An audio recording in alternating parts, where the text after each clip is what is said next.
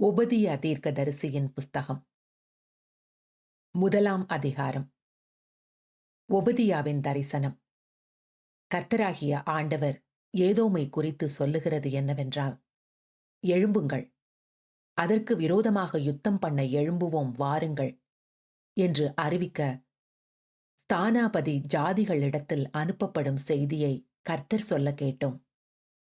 இதோ நான் உன்னை ஜாதிகளில் சிறுக பண்ணினேன், நீ மெத்தவும் அசட்டை பண்ணப்பட்டிருக்கிறாய்.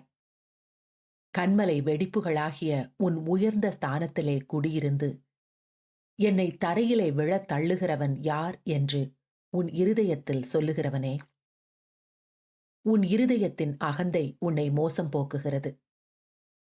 நீ கழுகை போல உயரப் போனாலும், நீ நட்சத்திரங்களுக்குள்ளே உன் கூட்டை கட்டினாலும், அவ்விடத்திலிருந்தும் உன்னை விழத் தள்ளுவேன் என்று கர்த்தர் சொல்லுகிறார். நீ எவ்வளவாய் சங்கரிக்கப்பட்டு போனாய். திருடராகிலும் ராத்திரியில் கொள்ளை அடிக்கிறவர்களாகிலும் உன்னிடத்தில் வந்தால் தங்களுக்கு போதுமான மட்டும் திருடுவார்கள் அல்லவோ? திராட்சை பழங்களை அறுக்கிறவர்கள் உன்னிடத்தில் வந்தால் சில பழங்களை விட்டுவிடுவார்கள் அல்லவோ? ஏசாவின் உடையவைகள் எவ்வளவாய் தேடி பார்க்கப்பட்டது. அவனுடைய அந்தரங்க பொக்கிஷங்கள் எவ்வளவாய் ஆராய்ந்து எடுத்துக் கொள்ளப்பட்டது.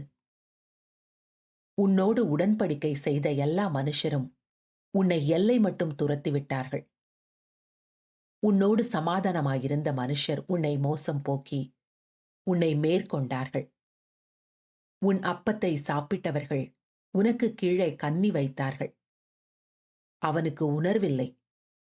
அந்நாளில் அல்லவோ நான் ஏதோமில் உள்ள ஞானிகளையும் ஏசாவின் பர்வதத்தில் உள்ள புத்திமான்களையும் அழிப்பேன் என்று கர்த்தர் சொல்லுகிறார். தேமானே, ஏசாவின் பர்வதத்தில் உள்ள மனுஷர் யாவரும் கொலையினால் சங்கரிக்கப்படும்படி உன் பராக்கிரமசாலிகள் கலங்குவார்கள். நீ உன் சகோதரனாகிய யாக்கோபுக்கு செய்த கொடுமையின் நிமித்தம் வெட்கம் உன்னை மூடும். நீ முற்றிலும் சங்கரிக்கப்பட்டு போவாய்.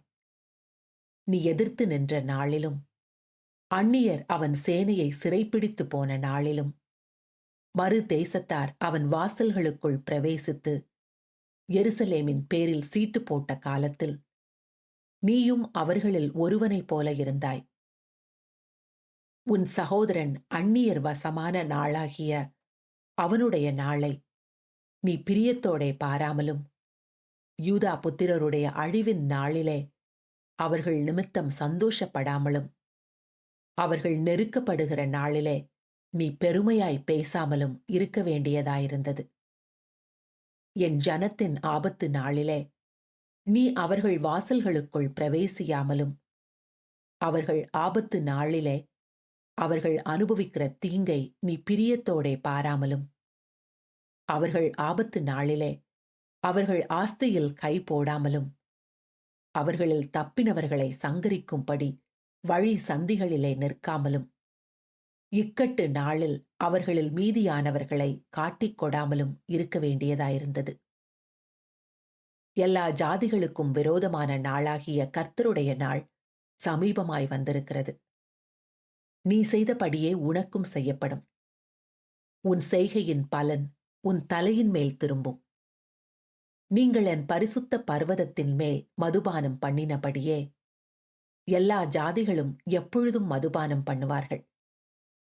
அவர்கள் குடித்து விழுங்குவார்கள், இராதவர்களைப் போலிருப்பார்கள். ஆனாலும் சீயோன் பர்வதத்திலே தப்பி இருப்பார் உண்டு. அவர்கள் பரிசுத்தமாயிருப்பார்கள்.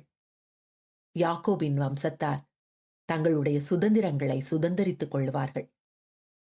யாக்கோபு வம்சத்தார் அக்கினியும், யோசேப்பு வம்சத்தார் அக்கினி ஜுவாலையுமாயிருப்பார்கள். ஏசா வம்சத்தாரோ வைக்கோல் துரும்பாயிருப்பார்கள். அவர்கள் இவர்களை கொளுத்தி ஏசாவின் வம்சத்தில் மீதியாயிராதபடி இவர்களை பட்சிப்பார்கள். கர்த்தர் இதை சொன்னார்.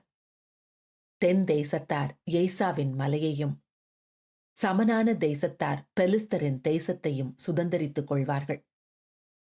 அவர்கள் எப்பிராயீமின் நாட்டையும் சமாரியாவின் நாட்டையும் சுதந்தரித்துக் கொள்வார்கள்.